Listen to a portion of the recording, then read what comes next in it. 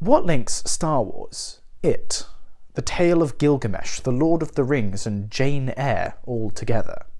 At first glance, it might be easy to say nothing, but if you said Joseph Campbell's monomyth idea or the hero's journey, then you'd be right. And today, that's what we're going to look at.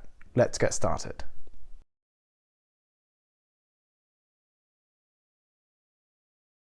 Hello there, and welcome back to Writing from Scratch with me, Tom.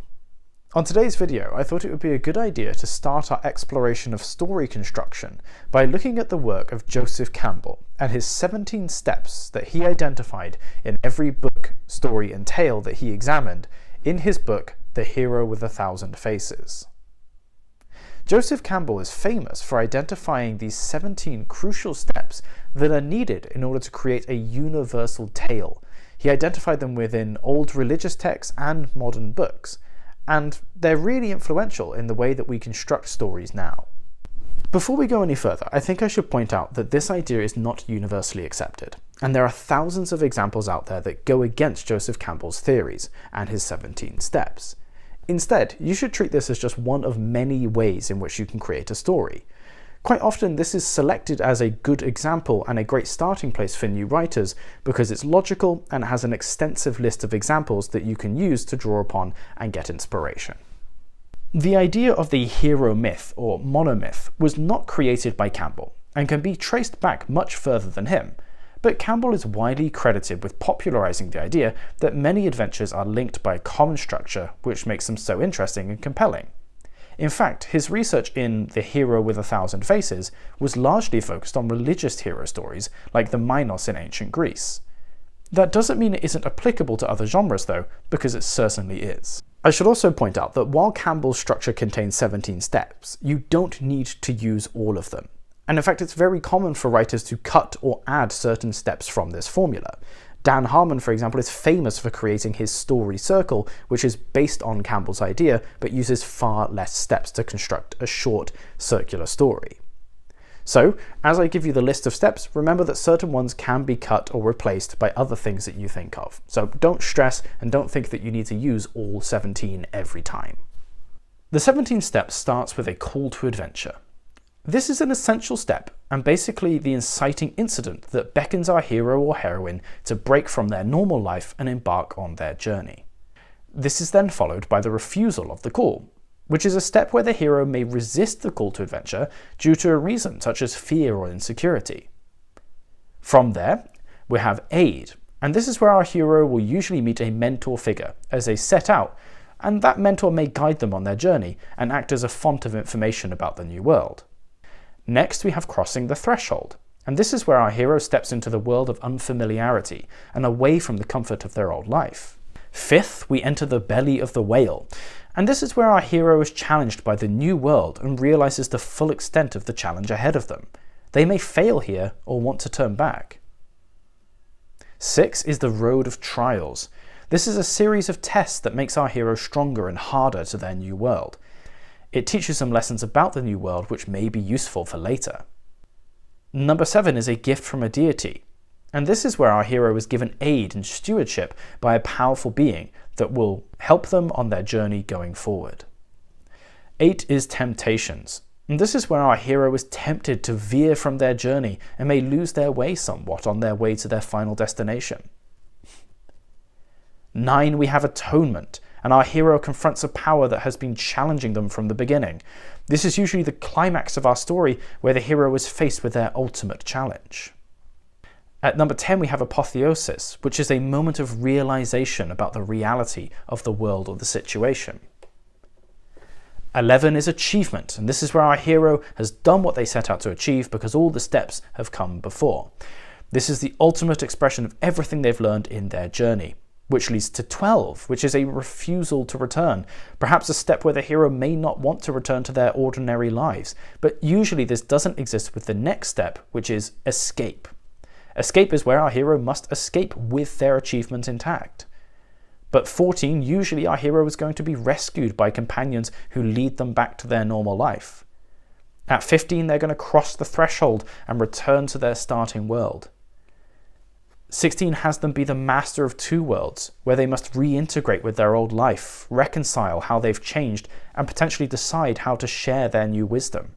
And number 17 is the freedom to live, where they've overcome their initial fear, become a stronger person, and now free to live as they like. That's just a very basic outline of what the 17 steps involve. And it's worth reiterating that some of these steps can be cut, or others can be added in as your story demands. To make it crystal clear, I want to use a real example from a story that's very famous for employing the 17 steps as Joseph Campbell saw them, which is Lord of the Rings.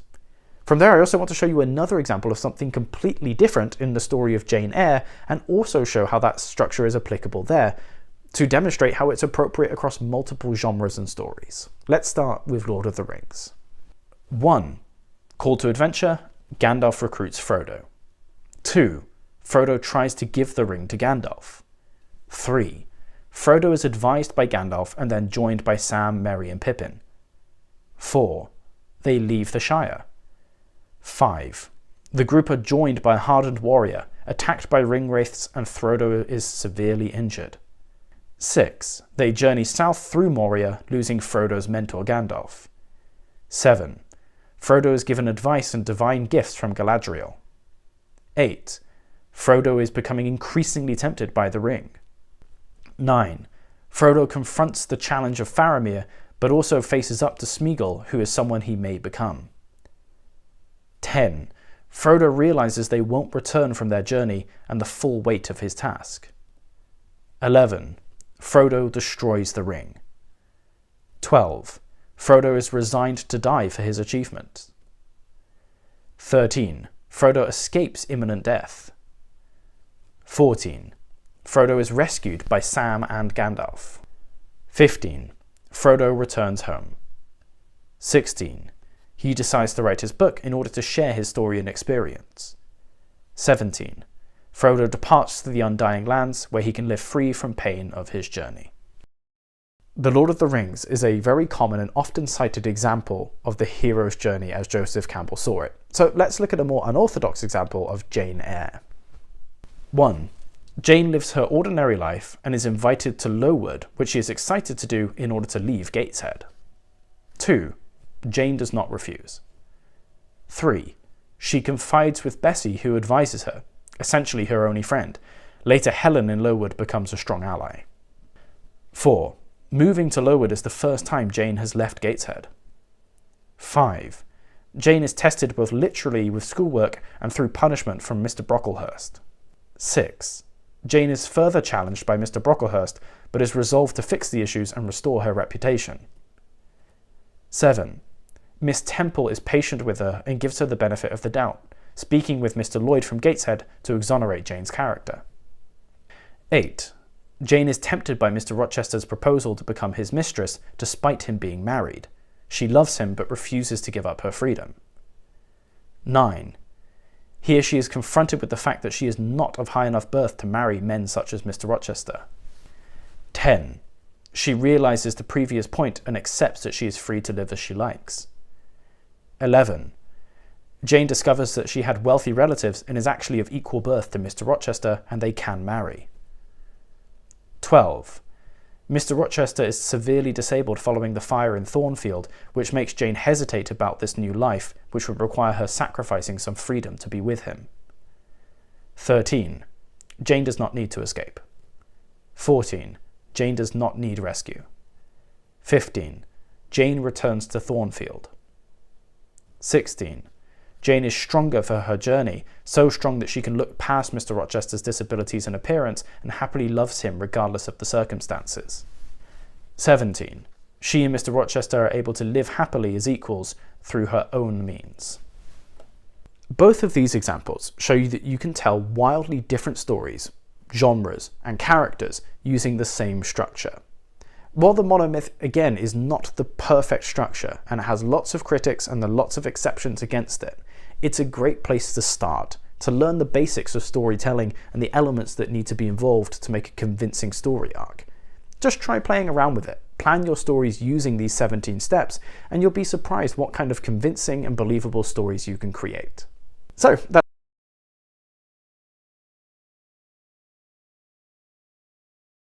Hello there, and welcome back to Writing from Scratch with me, Tom. Today you join me in the beautiful Vung Tau in southern Vietnam, and today we're going to be talking all about how to be sensitive to different cultures when you're writing your book.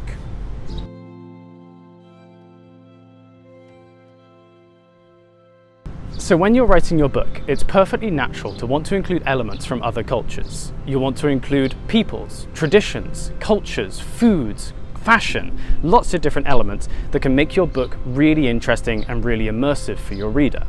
But when we're doing this, we need to make sure that we're being careful and we're being sensitive to the cultures that we're drawing from, copying, or even using exact copies of. So today I want to talk to you about a few different things that you can do to make sure that you're being sensitive to the cultures that you use in your book.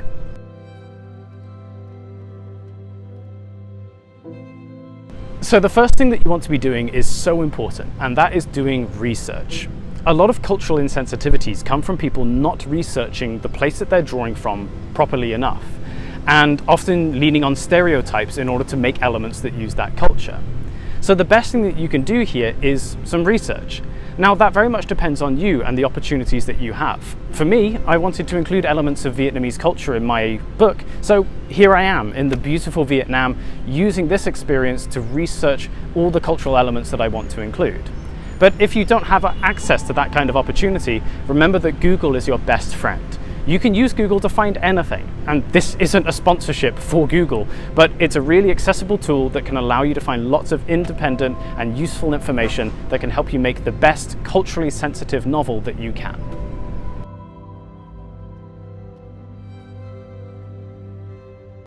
Secondly, a great thing that you can do is speak to people from those cultures. We're so lucky that most of us live in a really interconnected society all around the world. So a great thing that you can do to be culturally sensitive is to put your ideas and put your research to a person from that culture. So because today I'm in Vietnam, I want to speak to some Vietnamese people and find out that if what I've researched and what I've discovered is actually true or not, and how they feel about their culture being represented in that way. Now, this can feel like a lot of work. It feels like you're taking your book writing really seriously to go to that length. But it's really important that we're representing cultures properly, appropriately, and accurately so that your book can be more successful. Because at the end of the day, the most accurate cultures depicted in books are often the most successful books as well. So do some research, reach out to some people. You can use the internet to find people from different communities and different cultures and ask them any questions. And usually people are really happy to talk about their culture and share information about it. So it can be a really useful and fun and friendly experience for you too. Don't be nervous, go out there and speak to some people who can tell you more about their culture.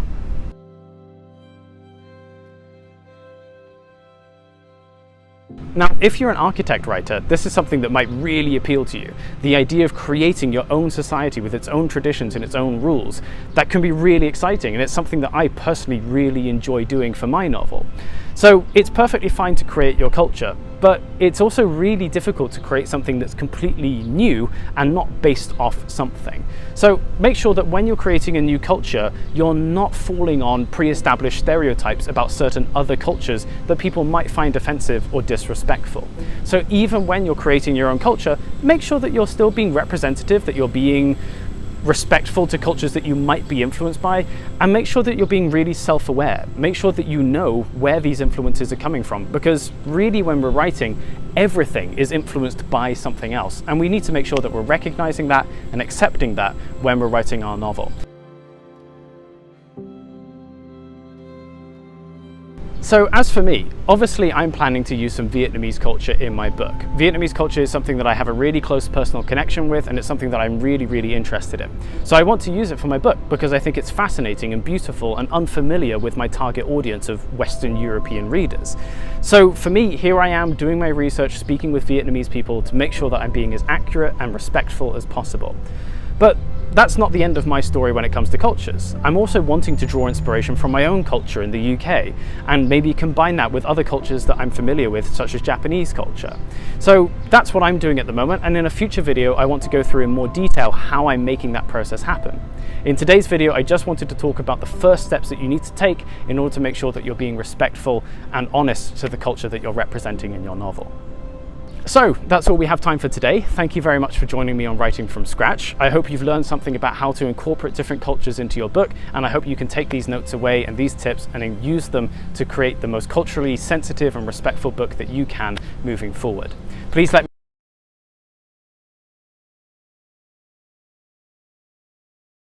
Simply, a contrivance is something that breaks the immersion of the reader.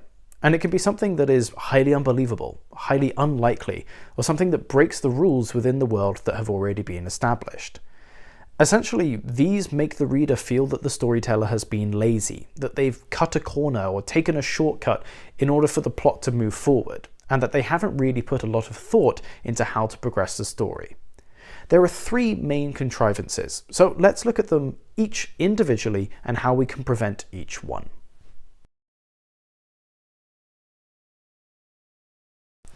The first and most common contrivance is made by the writer in order to take a shortcut to the next part of the story, either because they've written themselves into a corner or they couldn't think of a creative solution to a problem.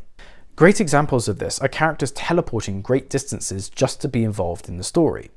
It can also be introducing previously unmentioned convenient characters, abilities, or objects that help the protagonist escape from difficult situations. This breaks audience immersion, because the rules that govern the world have been broken for no apparent reason. Writers often do this to maintain the pace of their novel, or to ensure an outcome that they want, regardless of the logical inconsistencies. This is often seen towards the end of a book, where a writer isn't sure how to reach the conclusion they want naturally, so they have a character act out of character, have an undeserved change of heart, or they have a sudden convenient intervention from a previously unmentioned force. This severely damages the trust the reader has for what they're seeing, makes the consequences and outcomes seem undeserved, and leaves them deeply unsatisfied. More than that, it can often pit the audience and the storytellers against one another, which is never a good thing. Avoiding this first contrivance rests on three basic principles. First of all, you need to establish the rules within your world early, and you have to follow them. Don't go breaking the rules just because it's inconvenient for you to continue the story forward. That seems to be a result of bad planning. So there's no point jeopardizing your entire story and the reader's integrity and trust in your book just to get a quick ending or a quick shortcut. No, you need to establish rules early and you need to obey them. This forces you to think of creative solutions or go back and rewrite your work. The second thing that you need to do is you need to establish the character's skills, motivations, and traits and stick to them, or have them change and develop naturally through the established rules of your world. There's nothing worse for a reader than having a character suddenly change heart or suddenly change without any apparent reason or any of their background indicating that this was going to happen. Third, understand that solutions, conclusions, and stories don't need to be perfect, neat, and tidy without any rough edges. The most important thing for you as a writer is to be consistent in the way that you portray your story and character. Taking shortcuts damages your credibility as a writer, and it hurts the immersion of the reader. The second form of contrivance are distorted expectations. Some writers have tried to explain these away as subverted expectations, but often these have logically failed. This form of contrivance is where story elements have led the audience in a direction for the extent of the story and then flip the expectation for the simple impact of being surprising or shocking. It's connected to our first point and can be done by the writer to create a shortcut, but is often done just to surprise or have something interesting happen in the story. The reason this is such a critical failure is because setup is so important. The journey characters embark on, their motivations and intentions are 95% of a story, and to have those suddenly distorted leaves an extremely bitter taste in the reader's mouth. This usually occurs because a writer has not set up conclusions properly. They have not left hints for what will happen or correctly developed their characters and foreshadowed unexpected circumstances. There's nothing wrong with surprise twists, but they need to be visible when we experience something for the second time too. The twist in The Usual Suspects is extremely famous, but the hints are all there to be found by the audience as they're watching. If Agent Kujin had been revealed to be Soze, it would have subverted our expectations, sure, but left us bitter and unsatisfied. It would have made no sense on second viewing either.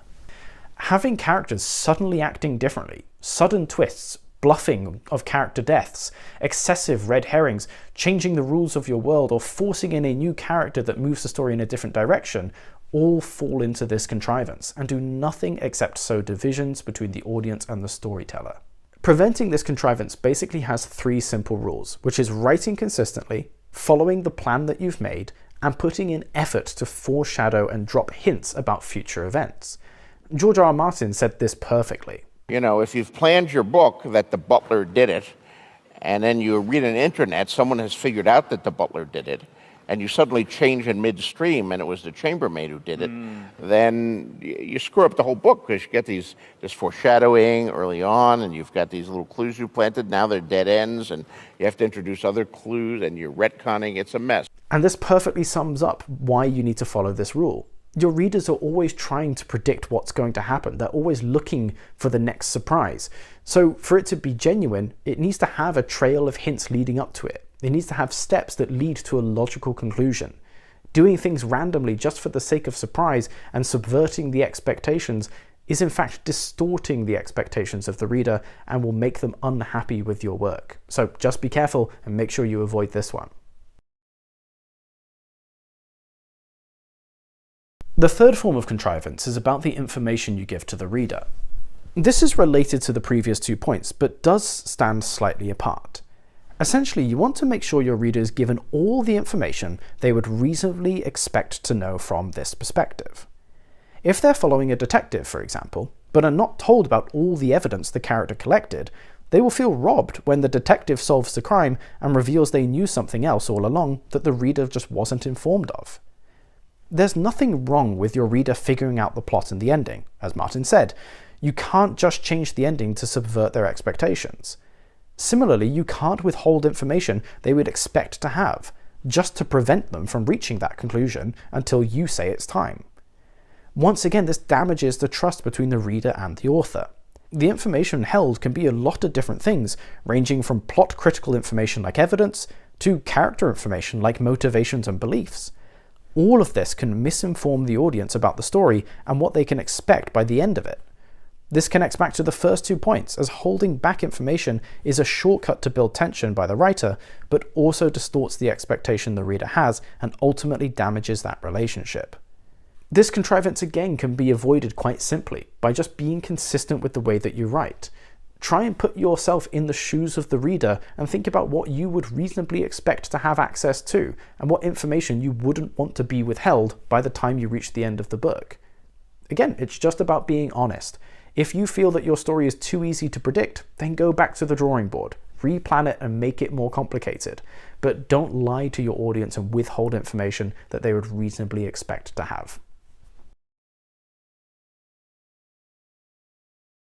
So the real takeaways from this should be 5 rules that you can use to avoid all of these contrivances.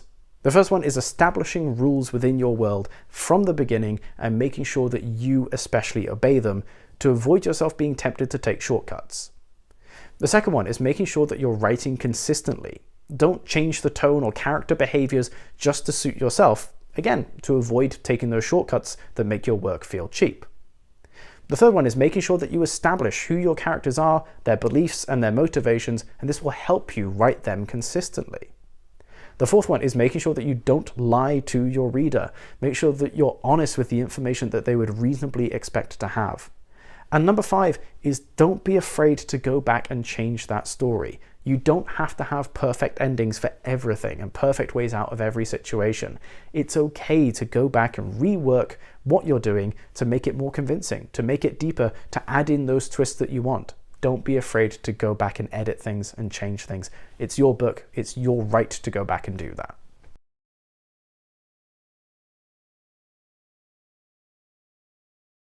Characters and stories all have skills, traits, professions, and trades that you need to describe and talk about when you're fleshing out and building that character.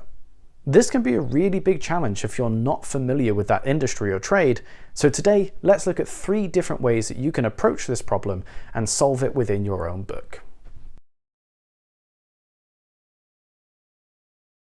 The first way is using minimalism. This means you don't go into any detail about the skill, trade, or finished product, especially if you're describing a product or skill that has disputed practices or limited research results. More than that, if the trade or skill isn't important to the narrative, then it might not be worth spending lots of time describing it, and letting the reader imagine it for themselves instead. This keeps the story moving and avoids potential errors. That doesn't mean you don't need to do research. You do.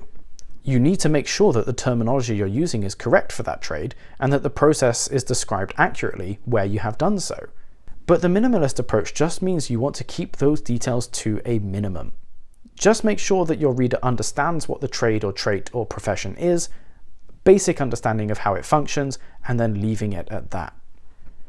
The minimalist approach just means you avoid making more mistakes by keeping descriptions limited and focusing on the story and the characters instead. The benefits are that you won't get bogged down in detail and can use your time that you would have used for research on more relevant things or more important elements of your story.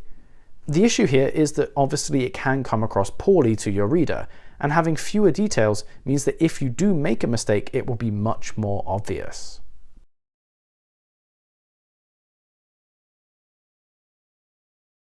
The second way is maximalist.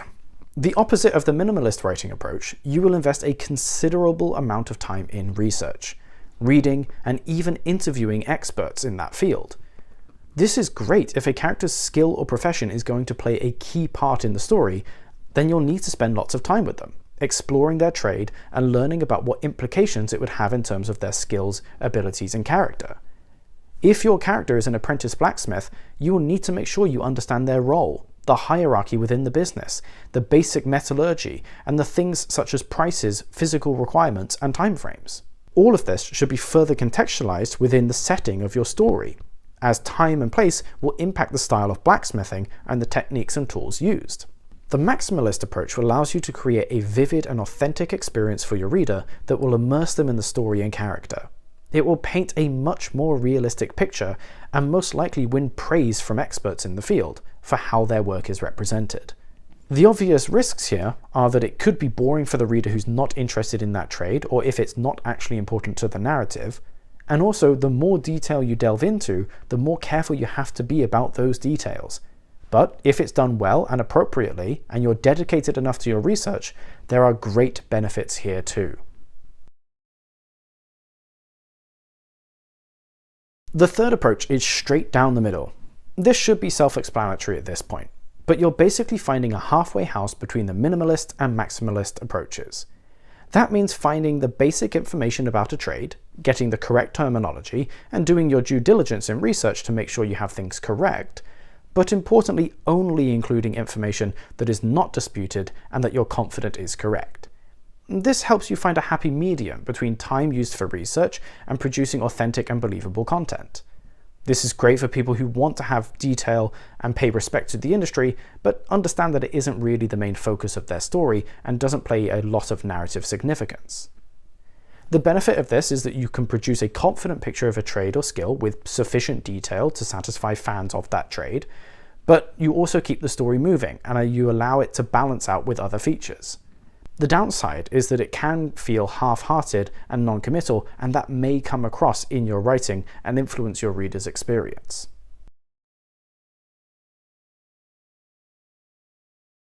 The final point that's worth mentioning is do not include detailed descriptions of high-quality products made by a specific industry, unless you yourself are intimately involved with that trade. For example, if you have a character who is a world-famous poet and you are not a world-famous poet, do not show an example of their poetry, because ultimately it will be massively disappointing for the reader and will likely be panned by critics who read it and understand that this is not great poetry compared to what is expected from the world's best.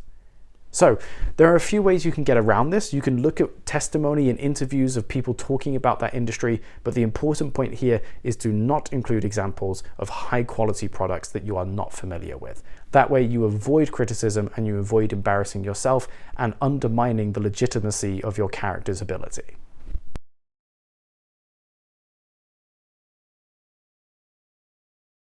Simply, the danger zone within a story is when a character, their motivation, or their objectives are in peril of failure. We get a real sense of danger and believe that failure is a possibility that could happen.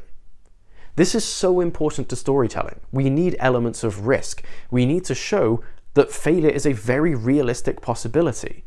Because if we can't believe that there's a risk and that failure is possible, it's also very difficult to believe that success is possible too.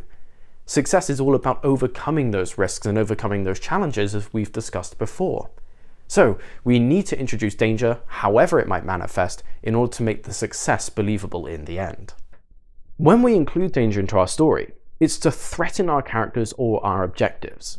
And that makes the reader care about that journey. We want to invest them into the story and make them keep reading so they can find out how a situation ends, because they believe it could end badly, but they want it to be successful. But adding danger isn't enough by itself. So today, let's explore a few different elements that you can add to your story to make sure that your character enters that danger zone convincingly, believably, and entertains the real possibility of failure. Let's get started. The first major point of introducing danger into your story is making it believable. If danger is too small or cartoonishly large, we as the reader are not going to believe that this danger actually poses a threat.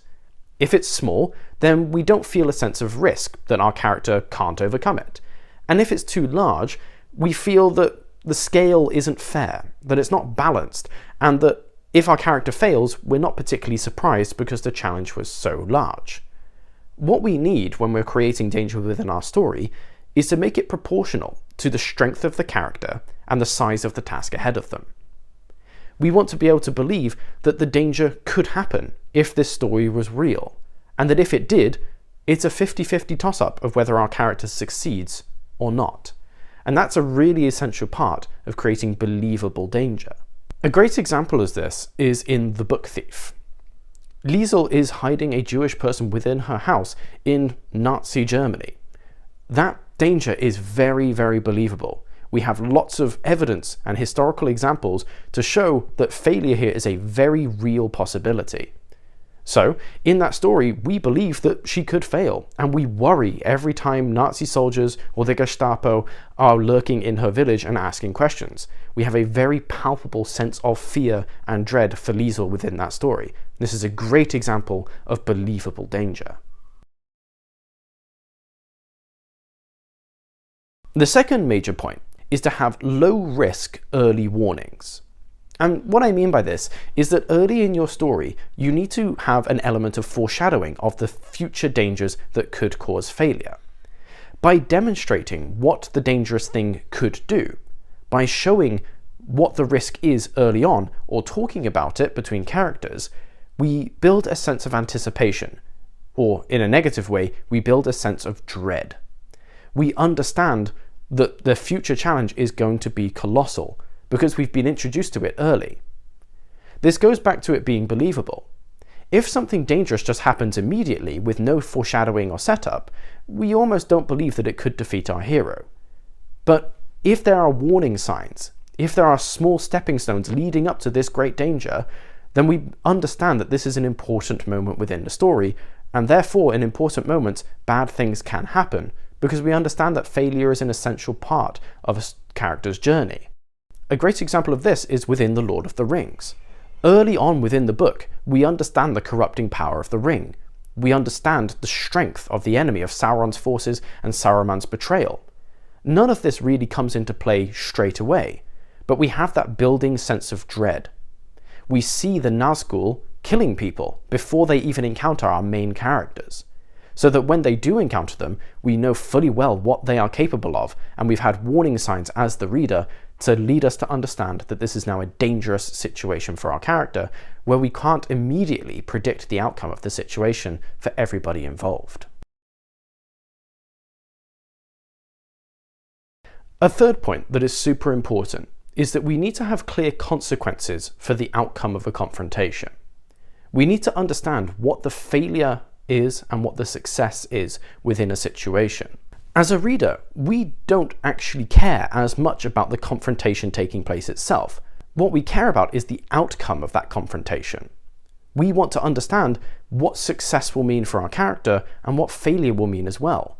what consequences and knock-on effect will that have on other characters, on the story and the setting of your book? So when you're writing a story, it's really important that introducing danger comes with consequences, no matter how severe or minor they might seem. We need to understand what the outcome will produce for the story and characters. A great example of this is Jane Eyre by Emily Bronte. We understand as the reader what success and failure means to Jane on a personal level, because consequences don't have to be world-ending, they can be extremely personal too. We understand that if Jane succeeds in what she wants, then she can marry a man who loves and respects her, she can be free to live life as she sees fit, or if she fails, she'll be doomed to go back to her previous life, which she didn't enjoy and wasn't fulfilling, and probably marry a man who she doesn't want to marry. These are very real consequences that are spelled out in the book. Again, linking back to our low-risk early warnings as well. Having these consequences means as a reader, we're invested in the success of our character. And we also build that sense of dread because failure is a very real possibility in the setting of Jane Eyre, for example. The final point for building danger is to have high-risk decision-making as well. It's all very well to introduce danger that poses a risk to our character, but actually the best way to build dread and danger within your book is to have your character make decisions that are questionable, that you as the reader start to panic that they've made the wrong choice. Thrusting danger upon them is not particularly scary. It doesn't exactly fill us with terror or dread because we understand quite clearly what our character needs to do. But having the character make high-risk decisions will heighten the consequences and introduce them to a potentially unnecessary level of risk is a really important point within a story. For example, within A Song of Ice and Fire, the Stark family make lots of questionable decisions. Ned Stark makes the decision to go down to King's Landing and play the Game of Thrones. Robb Stark makes the decision to behead one of the lords that is beholden to him, and the consequences of this are quite severe in the end.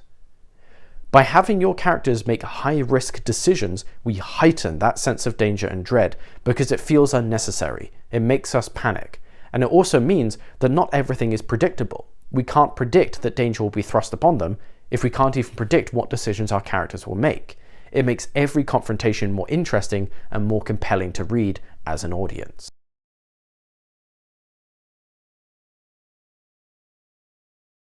Throughout a lot of last year, I found that I was getting a considerable amount of my inspiration from films and TV shows that I'd been watching. And that got me thinking. I wondered what effect watching TV shows and films might have on my ability as a writer, specifically somebody who's trying to write a novel, not a film script. So I did a little bit of research, and today I want to share with you some of the benefits and consequences of watching films when trying to write a novel. So, let's look at storytelling first. It's pretty conclusive that watching films is a great way for building your understanding of how a story can, and maybe should if the film is good, be structured. We've talked about story structures before, and films are a great way of visualizing a story in a method that is enjoyable and easy to view. However, films have a critical flaw. Their stories are massively constrained by the duration of their runtime. Books do not have this issue, and do not have to take shortcuts in order to keep up the pace and entertain an audience. Films are the sprint events to a book's marathon. Both are running, but they are different in how they go about their job. It should go without saying then that reading books is the best way to develop your understanding of storytelling if you want to be a writer. If you want to write film scripts, then of course watching films is going to be preferable. But if you want to write novels, like me, then reading books will make sure that you're exposed to a much wider and deeper variety of storytelling that will allow your imagination of how to write your story expand in a way that films will definitely struggle to do. Characters are less of a clear-cut affair, as films have produced some of the most memorable characters in history. This is largely because we can absorb so much information about a character very quickly in a film, as we have the visual, audio, and physical attributes of them displayed to us immediately, and as humans we're able to connect very quickly with faces in front of us. Films do, however, lack the depth that is achievable in a book. Books have a far greater scope for character ambiguity, grey personalities, and extended character exploration that films simply cannot match. If you're an avid book reader, the connection you can make with a character who exists solely in your head and is based on your interpretation of the text is far more visceral. Therefore, while films are a useful way for understanding character profiles and do create brilliant characters, they cannot substitute their literary cousins. After all, there's a reason so many people complain the books were better when they see an adaptation of their favourite work. So much of that has to do with the representation and depth of characters. So, go ahead and watch films and TV shows with excellent characters, but just be aware that you're getting a lot more information on screen, and that when you write these characters, you're going to need to put in a lot more work than just pointing a camera at them and pressing go. Another important difference between films and books that you should be aware of if you're getting a lot of your inspiration from films is that films are not a medium that is designed to trigger your imagination, and books are. If you are learning how to write from films, you are training the wrong part of your brain, because after all, to write a book you must be able to imagine whatever it is you're putting on paper. That's not to say that films don't stimulate your imagination, they surely do, but more in terms of what would I do if I was there, whereas when you read a book you have this question, but you also have to imagine the setting, the characters, the mannerisms, the environment, and anything else that the author hasn't told you. If you want your reader to have the same experience in your book, you need to read more so you can understand how that feels. Again, this is all about how films and TV shows deliver a message in just a different way than a book. Films and TV shows are much more focused on getting through the story and providing instant entertainment, which doesn't require much imagination from the reader. If you're using this medium as a lot of your inspiration for writing, it might make things more difficult for you when you're trying to put your own ideas on paper. Now, all of this might seem like I'm hating on films and movies, and I'm really not, but I think it's important that we should recognize that these are two different fields and require different sets of skills and disciplines in order to be successful in them. That doesn't mean that there aren't things we can take from filmmaking and script writing and apply to our writing to make it more effective, and vice versa. But we should understand that the most useful way of getting skills to improve our writing ability is through reading books, through reading novels, and trying to expose ourselves as much to that field that we're trying to break into. Watching films and TV shows can give us benefits, but we should recognize that there are also some consequences of doing that, and we should work to make sure that we don't get affected too heavily by those.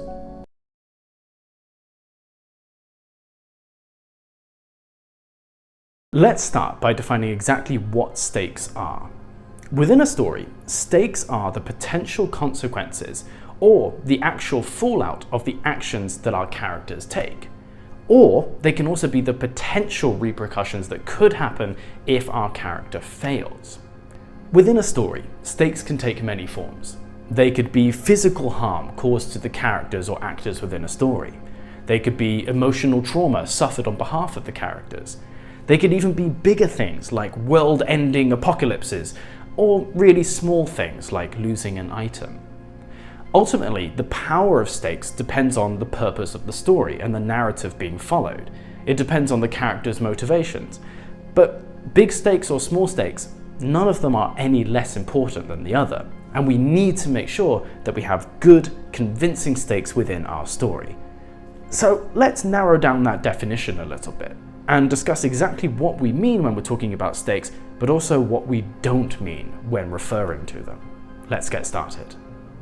We've discussed why consequences are important to stories before, but let's make sure we separate the two terms as they are slightly different. Consequences are what happens to the character or the situation or the location after the fact. Stakes are what the character puts at risk in order to undertake the task. Stakes create tension and motivate our character, and unlike consequences, they always need to be established early in the story to create said tension. Consequences don't necessarily need to be forewarned. Without stakes, a story can feel flat and uninteresting. Imagine reading a book where the protagonist puts nothing at risk and their failure doesn't mean anything. There's no tension or urgency, and no reason to care about what happens in the end. But with stakes, especially high stakes, the reader will be invested in the story and want to see the outcome. So, how can we incorporate stakes into our narrative? Let's explore that a little bit further. Well, first, we have to make the stakes high and personal to the characters. The more a character has to lose, the more invested the reader will be in the story. And the more personal it is, the more the character will care, and therefore the more the reader will care. Secondly, as mentioned earlier, stakes need to be communicated to the reader. If the reader doesn't know what is at risk, they won't understand why the narrative is unfolding, or why they should care about what happens. It's also not enough to just tell, as we know, but you need to show your reader how the character acts and reacts to achieve their goal. This will sell our reader on how seriously they should take this journey. Finally, we should understand that stakes are not solid. They should shift and increase as the story progresses. New obstacles, increased consequences, failure or controversial decisions taken by the protagonist all serve to increase the stakes of the story. The further through the gauntlet a character goes, the more tension will build, especially if the journey is becoming increasingly hard on them. By taking extra controversial decisions, we place the stakes on an even higher pedestal. We highlight the fact that these decisions are controversial and difficult for our character, and therefore failure is becoming less of an option. And if failure does occur, then the consequences for the character are likely to be severe. So that's all well and good of what we should be doing in order to introduce stakes. But also, let's look at what we need to avoid when introducing them to make sure our story is convincing and, most importantly, not contrived. The first is about making the stakes proportional to the story, the setting, and the ability of the characters. The stakes within Pride and Prejudice shouldn't be that if Lizzie and Mr. Darcy don't fall in love, the world will end. It should be that they will both be miserable otherwise. Similarly, Harry Potter stakes aren't that Voldemort being successful would cause Harry to fail his exams. It's that he will oppress thousands of wizards. Make sure the stakes are high, but only in relation to the story. And this is where context is going to be really important. Make sure you understand the context of the story, the motivations of your characters, and the likely consequences that will happen if they fail to reach those goals. By doing this, you can make sure that your stakes are proportional to what's at risk and to the character's motivations and goals. A second point here, and connected to proportionality, is to make sure that you don't make your stakes meaningless. This might sound obvious, and your characters might care about the consequences, but they have to be meaningful enough for the reader to care too. It reminds me a lot of recent Marvel movies, where the stakes are that the quantum realm will be destroyed or time will end. I just don't care, because it's so meaningless that I can't get attached, no matter how much the actors do their best to sell the idea. This doesn't mean you can't be creative and imaginative. Lord of the Rings stakes are that a Dark Lord will wipe out all civilized life, but the reader cares because we could see this happening within the setting of Lord of the Rings. In Marvel, it's supposed to be set in the real world, therefore we understand that it's very unlikely time will end. If Lord of the Rings was set in the 21st century Britain, it would be certainly less effective to believe that the Dark Lord would be wiping things out anytime soon. A final point is not to forget about the stakes for the other characters involved too, especially if they are smaller characters who could be easily overlooked. Try and think about what the stakes are for the secondary protagonists. What about the antagonists? What about the innocent bystanders? Building these up as a writer will increase the importance of the narrative. Remember that your primary character is not the only person involved in your story, so establishing the meaning of the stakes for everybody involved will create a richer, deeper, and more interesting story for your reader. So, the next time you're watching a movie or reading a book, pay attention to the stakes within the story and notice how they create a sense of tension for the characters and the narrative. Or notice when there's no tension because maybe there's a lack of stakes. At the end of the day, you need to remember that the stakes within your story are ultimately what make your story worth telling. So, thank you very much for joining me on today's video, and I hope you go away having a better idea of what stakes are and how you can implement them successfully within your own story.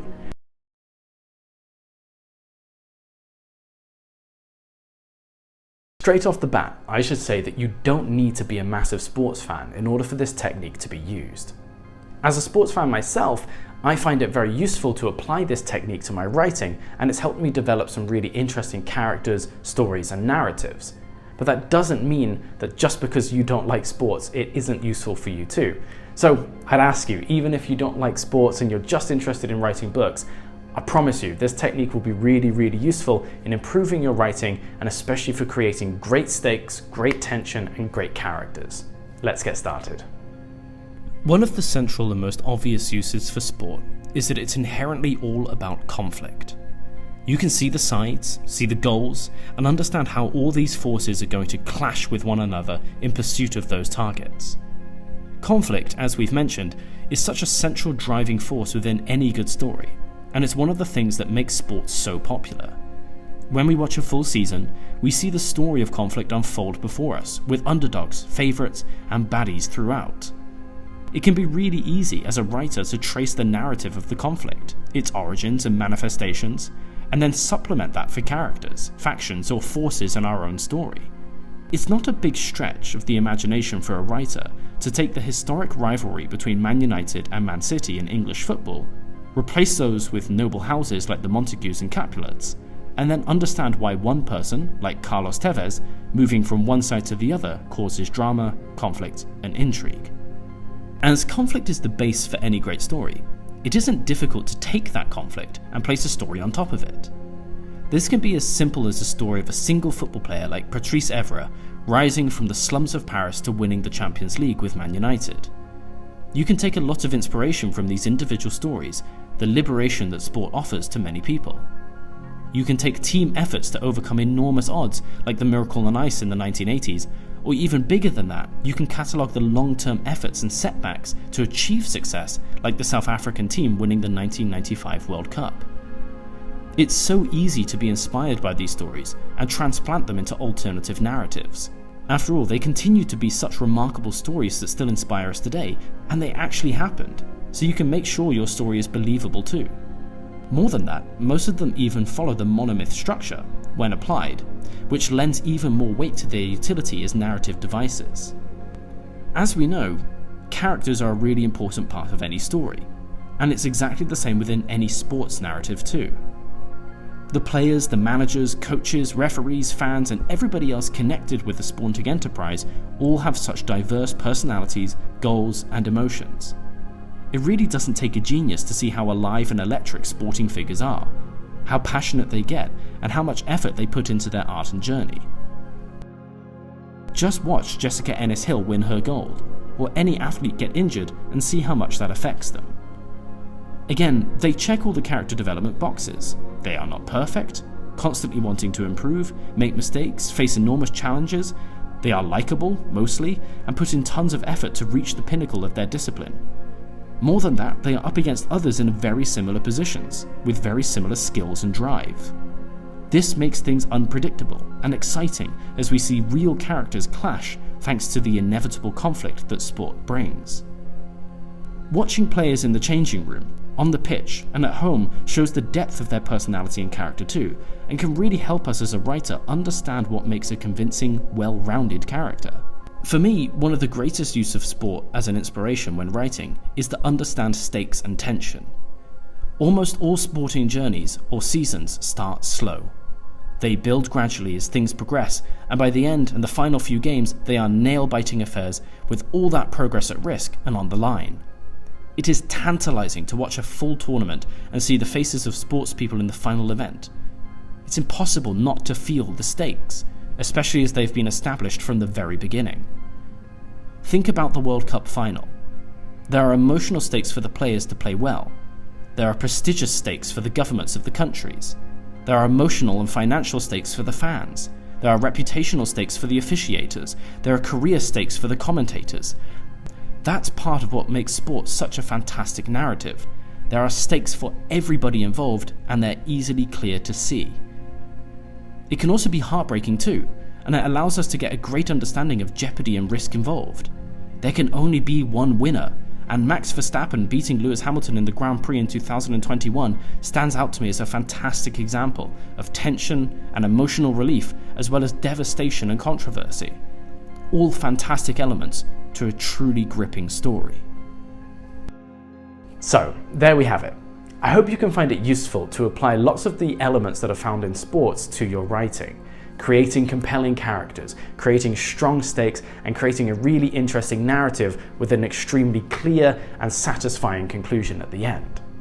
Sports are a great way to highlight many examples that are really useful for aspiring writers. So even if you're not a big sports fan, I hope you can take something away from this and learn that sports are a great inspiration in the world around us that are largely accessible, that you can use to be inspired and create better, stronger, more interesting stories.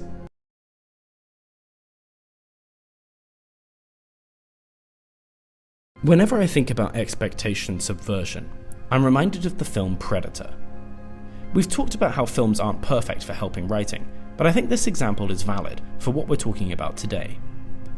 In that film, we're introduced to a big team of muscle-bound soldiers in what seems like a routine 1980s action flick. Our expectations are that Arnie and the others won't die or be hurt, because we can see how strong they are. They even make a point of saying that they don't care about being hurt. You're hit. You're bleeding, man. I ain't got time to bleed. Oh. Okay. Things quickly turn into a horror movie, however, as these big, strong, capable soldiers are easily hunted down and killed. This is a great example of audience expectations being subverted, and goes a long way to help us understand what we're talking about today. Because very few people would have expected all of those big, burly, professional soldiers to be killed so easily. This builds a real sense of tension, and because our expectations have been subverted, we now don't know what to expect from our real antagonist in the story. Simply put, to subvert expectations means to take a traditional, predictable outcome or situation based on the information the reader has and turn it on its head to create something new and surprising. But surprising our audience isn't enough. If Harry Potter spontaneously exploded at the start of The Philosopher's Stone, then we'd be surprised, and our traditional view of the title character living through the full story and people not randomly combusting would be subverted. But it's not satisfying. It's not intriguing. Instead, we need to make sure that we put some effort to build a foundation, have the subversion be realistic within the rules of the universe, and make sure we limit the allegorical motivation behind any changes to avoid the reader feeling manipulated or the story being contrived. So, now we know what subverting expectations is, and we have a good example of it in the film Predator, let's look at how we can apply it to our storytelling to make our narratives more interesting and more compelling. The first thing you want to be careful about when attempting to surprise your reader is that the subversion fits within the context of the story. There are a few things you need to keep in mind here. It should fit logically into the progression of events within a story. If you do sudden twists simply for the sake of shock, then your subversion will feel forced and unnatural. Forced subversions feel like the writer telling the reader what to think, rather than crafting a story more carefully that would allow for the development to occur in an uncontrived way. A similar point to this is that the subversion should serve the plot by demonstrating something, or pushing the narrative in an unexpected direction. The death of the soldiers in Predator serves the plot by showing us how dangerous the hunter is, and creating a real atmosphere of tension within the story. A subversion should add to the meaning and engagement of the story, not take away from it and confuse the audience. An example of a subversion that confused audiences was that in The Last Jedi, which, rather than producing a clear meaning that pushed the story forward, actually served to irritate and annoy many fans of the franchise. This also goes for characters within your story. You should try to use the personality and motivations of your characters to drive things forward. This will help the subversion feel more like an inevitable outcome due to the characters pushing against one another in the story, rather than an artificial shock. Your characters shouldn't act out of character, suddenly, in order to facilitate a subversion to happen. They should behave consistently with who they are, and any changes that could allow for subversion should be subtle and slowly built up to allow for a natural twist.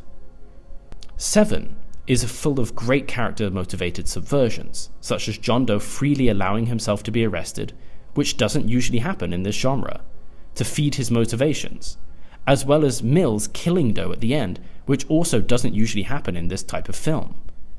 These actions both went against what we've come to expect from the genre and serve as well-crafted examples. However, they also are in line with what we know about these characters and serve those characters' motivations and goals. When we spoke about contrivances, we said that in order to stop your story feeling cheap, you need to make sure that you follow your own rules within the story. In order to successfully subvert expectations, make sure you find ways to twist things within the rules of your world by perhaps interpreting them in a creative or original way. Just be careful that too much rule bending may upset your reader, so make sure you don't push things too far, but being flexible within the rules you've established will help you find ways to surprise your reader. For example, the small stature of the hobbits in The Lord of the Rings tells us that they are not great warriors or fighters, and this is established in the rules of the world. But our expectations are subverted when the smallest and weakest creatures turn out to be the bravest and most determined, all within the rules of the world. Another point of comparison here is that you need to make sure your subversion fits with the tone you're trying to strike. The hobbits were designed to be gentle, peace-loving creatures, and everything they did reflected that. Thus, their bravery subverted our expectations. The Harfoots in the Rings of Power, however, were supposed to be friendly and likeable like their hobbit cousins, but their subversion, that they leave their own behind so mercilessly, meant that they came across as the opposite. The tone was so deaf against what the writers were trying to portray versus what they actually showed, that any subversion was hollow and unenjoyable. Hints are another useful and deeply important tool for making convincing and natural subversions within your story. Make sure you have elements of foreshadowing within your narrative before the surprise is revealed. Not so many that it becomes obvious, but enough that on a second read, your audience will notice signs and experience new senses of tension as they progress.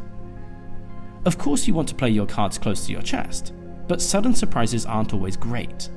You can be subtle with your hints, but you should make sure that they are there. The fate of Ned Stark in A Game of Thrones was a shocking moment for many readers. But there were hints about King Joffrey's temperament and Ned's unyielding honour that made the outcome seem inevitable, and on second reading, the tension is palpable.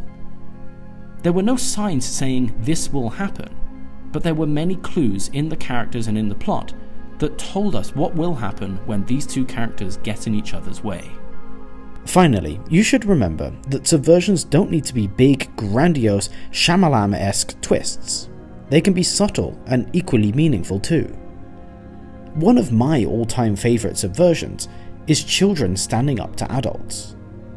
All societies around the world teach children to respect adults, so I love it in stories when a child stands up to the villain because it's just not what we expect. The childlike innocence, being able to know what is right or wrong, or being able to make a sacrifice, is so great to me.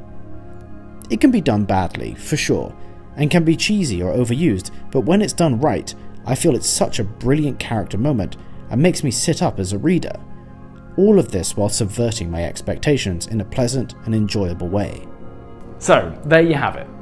A definition of what subverting expectations means, but also 4 different ways that you can apply that to your writing successfully without it feeling cheap or contrived. Subverting expectations is a great storytelling technique that you can use in any situation to make your story more interesting, to make the narrative more unpredictable, and to keep your reader on your toes. Just remember, overusing it or using it inappropriately or incorrectly can have massively damaging effects on the reader's enjoyment of your story, so we need to be careful. I hope you've enjoyed today's video, and I hope you learned something about what subverting expectations means. Please consider liking, subscribing, and sharing the video with your friends because it really helps the channel grow. Thank you very much for watching, and I'll see you all next week.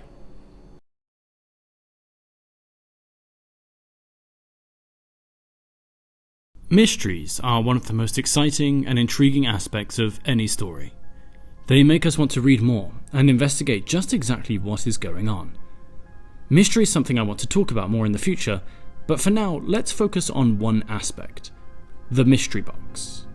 The mystery box is a narrative technique that involves introducing mysterious elements or plot points to a story, which are gradually revealed over time, building suspense and anticipation in the audience.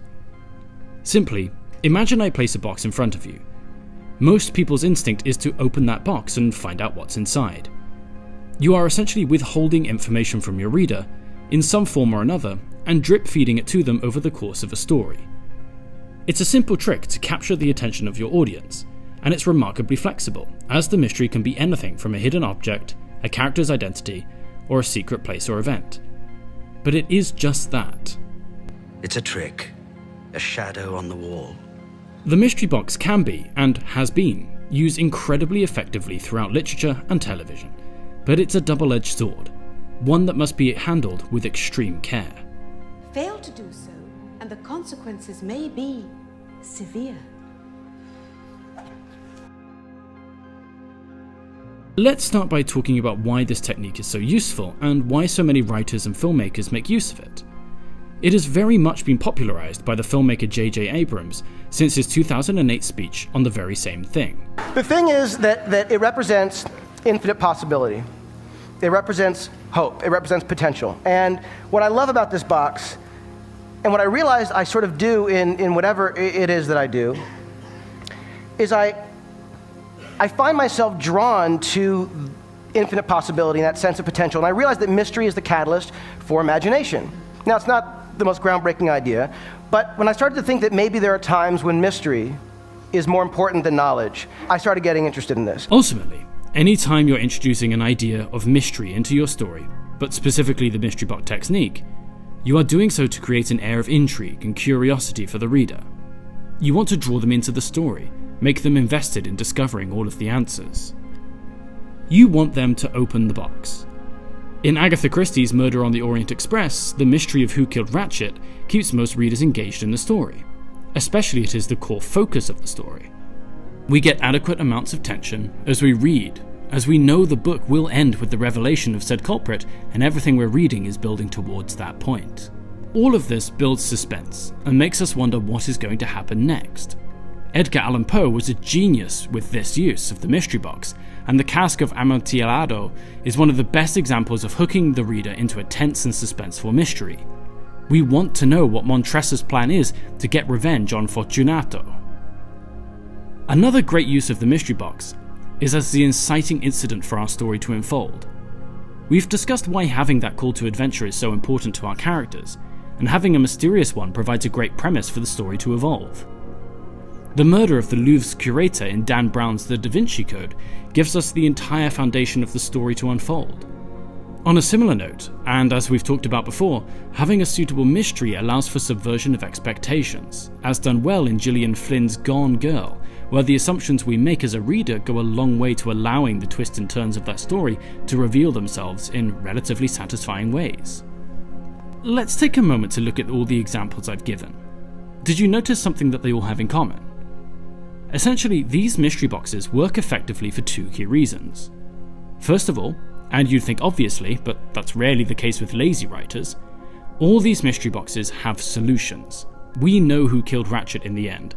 We know what Montresa's plan is and why the curator was killed. In Gone Girl, all those assumptions are actually an essential part of the reading experience, and the mystery is woven so well into the narrative. If you're going to have a mystery box in your story, you have to know what's inside. This is where J.J. Abrams often gets criticized. He's actually quite good at setting up intriguing mysteries like the island in Lost or Rey's parentage in Star Wars, but it's quite evident by the end of those stories that he himself didn't know what the answers were when he started introducing those mysteries to the story. It's fine if you don't want to reveal all the mysteries to your reader. Some great pieces of media have never shown all their cards, if they're not the primary focus of the story. But we can be confident that all the writers know exactly what is inside the mystery box, or at least never have the intention of showing them. And that leads us on to our second point. All mystery boxes that we've seen that are successful tend to be the core focus of their stories, and have a whole, comprehensive, and importantly consistent web of hints and strings attached. The stories are geared towards the discovery and exposure of these mysteries. The stories care about the mysteries, exploring them subtly, and therefore we as the reader care too. That leads us on to the risky territory. When mystery boxes go wrong, boy do they go wrong. In Arthur Conan Doyle's The Adventure of the Musgrave Ritual, we never really find out the full explanation for the eponymous ritual, which can leave some readers feeling dissatisfied. The story as a whole is gripping and interesting, so having this mystery unanswered doesn't detract from the rest of the narrative too much, but it can leave a bad taste in the mouth of the reader. The point of this is not paying off your mysteries in a satisfying way that feels earned and appropriately foreshadowed can seriously affect your reader's enjoyment. Lost always stands out as the principal offender here. The TV show was so famous for its mysteries that by the end, when it was trying to reveal all of them, the opening of the box left many fans feeling duped or disappointed. The nature of the island had very little setup to the eventual revelation, and the purpose of the Dharma Initiative felt tacked on and lazy. What had started as intriguing mysteries had clearly not been thought through before their introduction, and therefore led to the story not knowing how to pay them off in a satisfying way. Dan Brown's The Da Vinci Code, which we mentioned earlier for having a very solid core mystery box premise, ultimately ended up disappointing fans by increasing the expectations so much over the course of the story that its payoff fell flat and felt decisively underwhelming and anticlimactic. Both Lost and The Da Vinci Code are victims of another major blunder that befalls writers who are trying to make their story more interesting and mysterious, which is the overuse of mystery boxes. Constantly introducing new mysteries and bombarding audiences with yet another plot twist quickly makes the work feel contrived and forced. More than that, most people can't follow along with all the concurrent mysteries and decide to just stop caring altogether. The latest Star Wars trilogy, something J.J. Abrams was heavily involved in, is guilty of this in spades.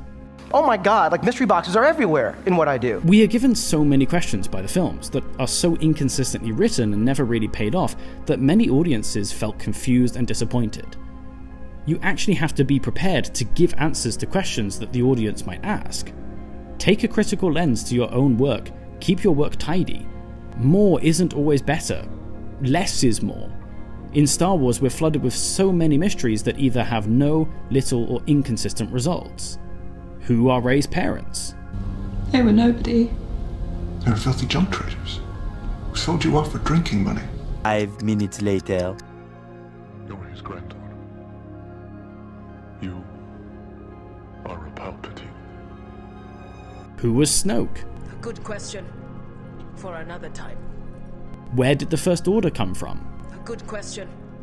For another time. How did Maz Kanata have Luke's lightsaber? A good question. Who are the Knights of Ren? For another time. On and on and on it goes, without satisfying answers in sight.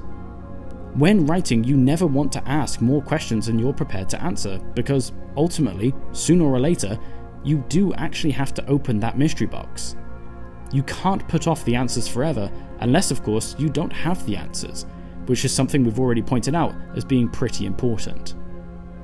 I think a useful analogy here is wrapping a present. You can spend as long as you want making the present look lovely with bows and ribbons and hyping up the excitement that's within it, but at the end of the day, if you don't put any effort into what's inside all the wrapping, you're going to get tears at Christmas. The real issue with introducing so many mysteries is that it so often feels like a contrived way to move the plot forward and give the characters artificial or unearned motivation. It's very tempting to chuck in one more mystery to get a character from point A to point B, but you end up doing lots of damage. Not only do the mysteries feel unnecessary and out of place, but your story ends up simply lurching from mystery to mystery just so the writer can get their story where they want it. This reduces the agency of your characters, and relegates them to mere pawns being shuffled around, rather than being detailed and interesting people that can be developed in order to continue their journey. Your characters stop being just that. They stop being characters within their own story. Mystery has its place in stories. It's so important to trigger the imagination of your reader by allowing them to dream up what the answers could be, but inundating them with so many hurts them too. It's too much of a good thing. Readers like mysteries, but they like satisfying answers more. So if you don't give them the answers because you've got so many loose ends, your story ends up being a convoluted and contrived mess with no characters, no stakes, enormous amounts of good fortune, and far too many mysteries than you know what to do with. The writer gets so excited with all that potential they're creating with the mysteries that they don't actually use any of the potential in the end. The story concludes with a million questions but no answers. So that's all the doom and gloom, but how can we actually write good mystery boxes that are compelling without being contrived? Well, first of all, you should identify what your key mystery is. Define it to yourself at least. You must understand this before you begin to write, so you know exactly what you're aiming for, and how you're going to build towards it. All the hints you're going to lay out, and all the non-contrived plots on the journey that will take your character there. Once you've got your mystery, then you can start by introducing it. A client can come to see Sherlock Holmes, Amy Dunn goes missing, Sam Spade is hired by Miss Wonderly, or the Night's Watch are killed by the White Walkers. Take some time to establish the mystery. Make sure your characters have the required interest to pursue it, and give just enough detail to make your reader want to find out more. Now you're underway, you want to be fleshing out more detail around the mystery and dropping some hints. In Gone Girl, Amy's journal provides us with clues about her state of mind and the events leading up to her disappearance. You want to make sure you're giving enough information to keep your reader interested, but not so much that they don't need to keep reading to discover the answer. Importantly here, make sure your clues are consistent with the actual answer to the mystery. If you think the solution is too obvious, then you can go back and revise the solution, but be warned. This can damage everything you've written so far, and you may need to make further revisions, so make sure that you're editing carefully. Once you've started introducing your mystery, you can start adding some red herrings, or false clues, to misdirect your audience. This can add some tension and suspense and help us root for the protagonist even further, as well as providing some breathing room and space for character growth. The Maltese Falcon by Dashiell Hammett is flush with red herrings that keeps the readers engrossed in the story. But again, do this with moderation. Too many red herrings and your reader will feel like they're being manipulated. Finally, and obviously, you should resolve the central mystery. Leaving one or two threads open-ended can give you room for sequels, but for a first novel, it's best not to get too far ahead of yourself and just focus on one story at a time. The cliffhanger ending can be great for setting up later events, but the best mystery boxes are the ones that are opened fully and shown to make complete, logical, and narrative sense with everything that led up to them.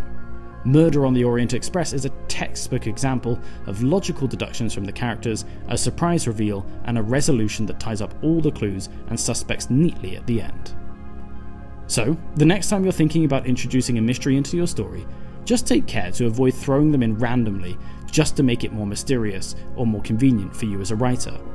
Make sure you plan your mysteries in advance and keep them consistent with everything else you've planned. After all, Fail to do so, and the consequences may be severe.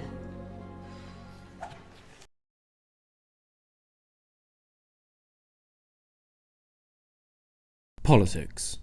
That word that makes everybody groan at the dinner table.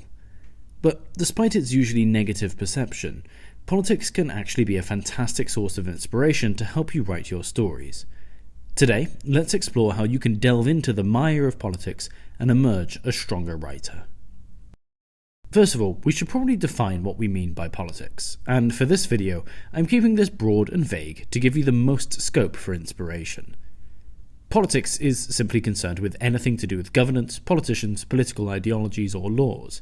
It can be more or less than that depending on your view, but for the purpose of today's video, I want to focus on these aspects predominantly. Of course, that doesn't mean that the information is useless for any other facet of politics either. Politics can be a powerful source of inspiration for writers, even if your story isn't concerned with political ideas or politics at all. Just like with sport, as we mentioned before, politics provides a wealth of material to draw from. Whether it's a scandal in the news, a historical event, a controversial issue, or a problematic viewpoint. By tapping into these topics and engaging with real-world events and stories and the characters around them, writers can create stories that are not only engaging, but also relevant and thought-provoking. For characters, politics is incredibly useful, as we tend to have lots of publicly available information on a multitude of people involved in politics. Anything from presidential speeches, autobiographies, inquests, debates, and secret recordings, all of these allow us to see a very deep and developed character. More than that, politics involves people from all walks of life, backgrounds and shapes and sizes. We can see their journey, their triumphs and failures, and this can inspire us to create nuanced and detailed characters as a result. More than that, it allows us to see how the same idea can be interpreted differently based on a person's character. Socialist ideals in the Soviet Union and in Scandinavia vary wildly, and so much of that can be attributed to the characters implementing them, their motivations and their past, as well as reflecting the temperamental and potentially dangerous effect that tempting ideas can have on individuals. Furthermore, politics also gives us fantastic dialogue to use. Many of us get tired with the word soup many politicians use, but as a writer this is a great resource and shows us how important dialogue can be. How different words can have differing or vague implications.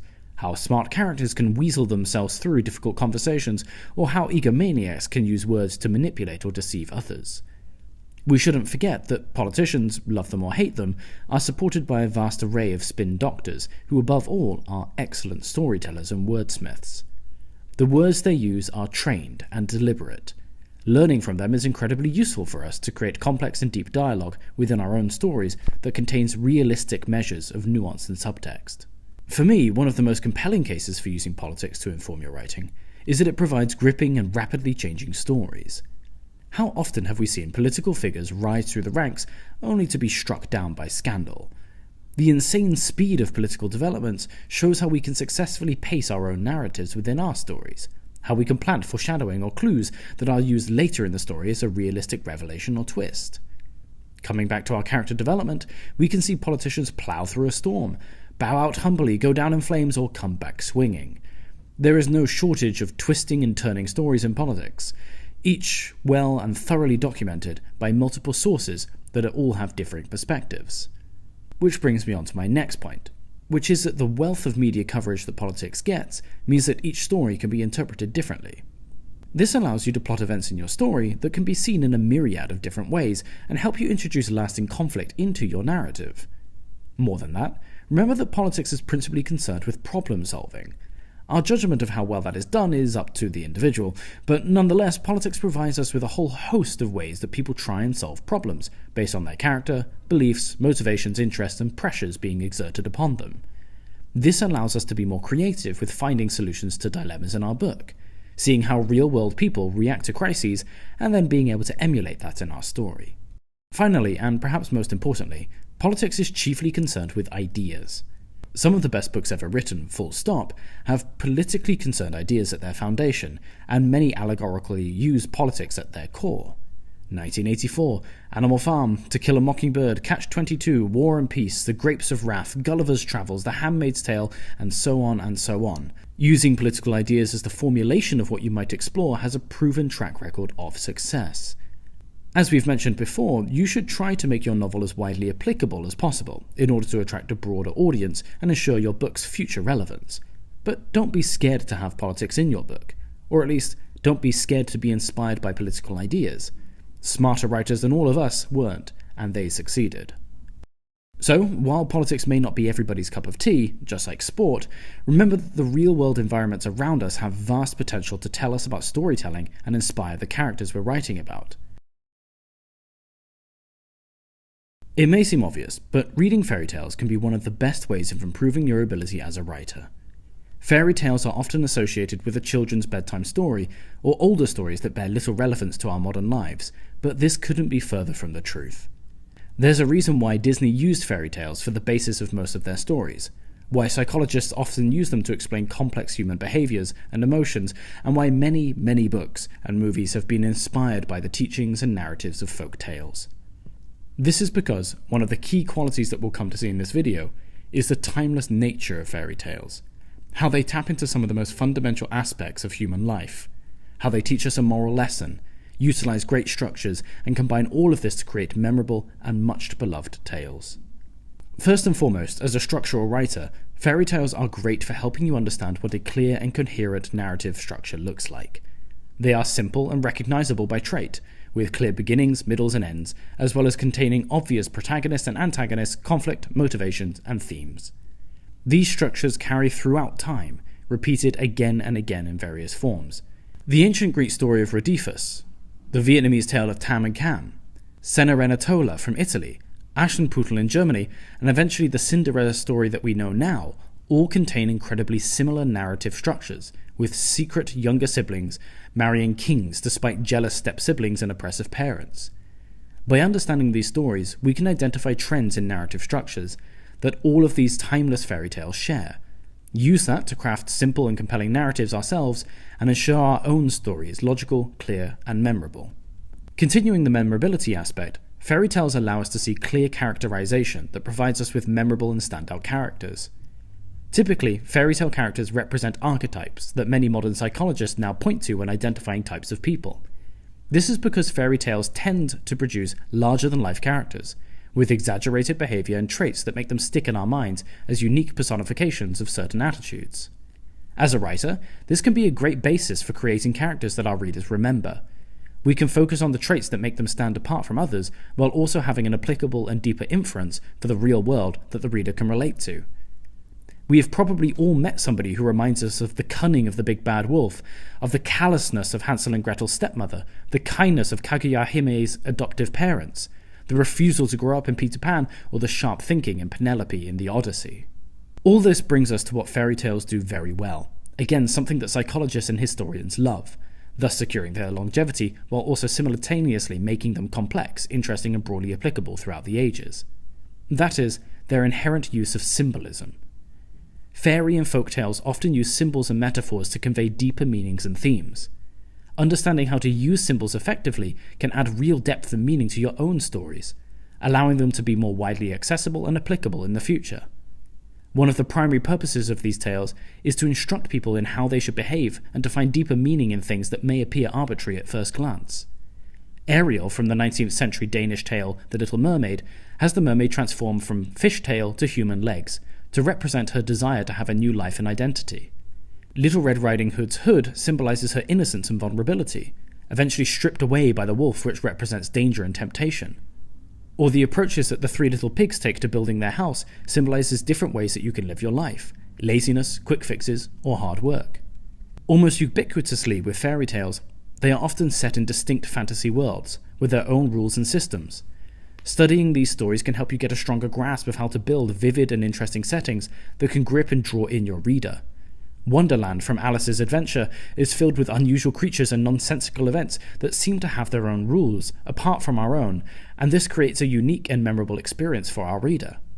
By studying fairy tales, you can see how to create worlds that mimic our own, what elements you need to include and clarify, what can be implied or inferred, or what you can leave out entirely.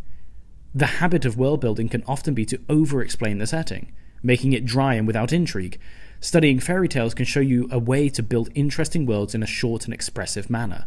1001 Nights, or Arabian Nights, is another great example of weaving fantastical elements into a familiar-feeling world, with details taken from various Middle Eastern cultures.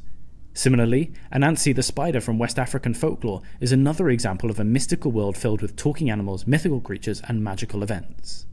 Finally, fairy tales are a great way to understand how to deliver a moral lesson to your reader.